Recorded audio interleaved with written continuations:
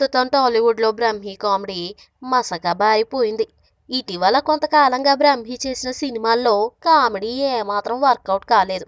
దాదాపు 1000కి పైగా చిత్రాల్లో నవ్వులు పూయించిన ఈ కామెడీ కింగ్ ఇక ఫేడ్ అవుట్ అవడం ఖాయమని ఫిలిం నగర్లో సైతం కామెంట్లు వినిపించాయి. అయితే చిరంజీవి 150వ సినిమా ఖైదీ నెంబర్ 150తో మళ్ళీ తనేంటో నిరూపించుకోబోతున్నాడట బ్రహ్మి. ఈ సినిమాలో బ్రహ్మికి 16కు పైగా కామెడీ సీన్స్ ఉన్నాయట. ఇవన్నీ అద్భుతంగా వచ్చాయని, బ్రహ్మికి మరో దూకుడు లాంటి హిట్ పడుతుందని అంటున్నారు. దూకుడు సినిమా కంటే ఎక్కువగా నవ్వులు పూయించాడట బ్రహ్మి ఈ సినిమాలో.